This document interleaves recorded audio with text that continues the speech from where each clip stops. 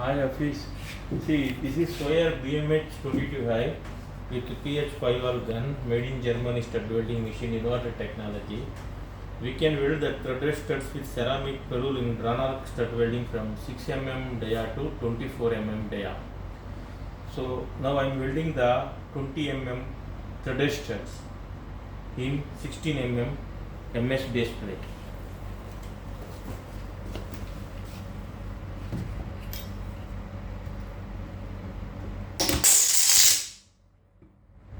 See, welding is finished.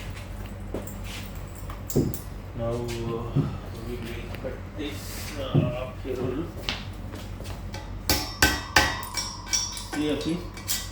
See, weld results coming very uniformly in 360 degree with good weld bead. See, 360 degree weld bead coming.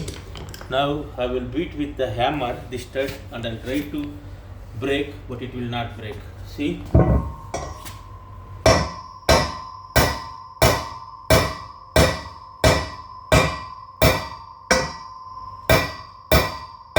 See, now bending for 60 degree, stud also not break and weld also not come out.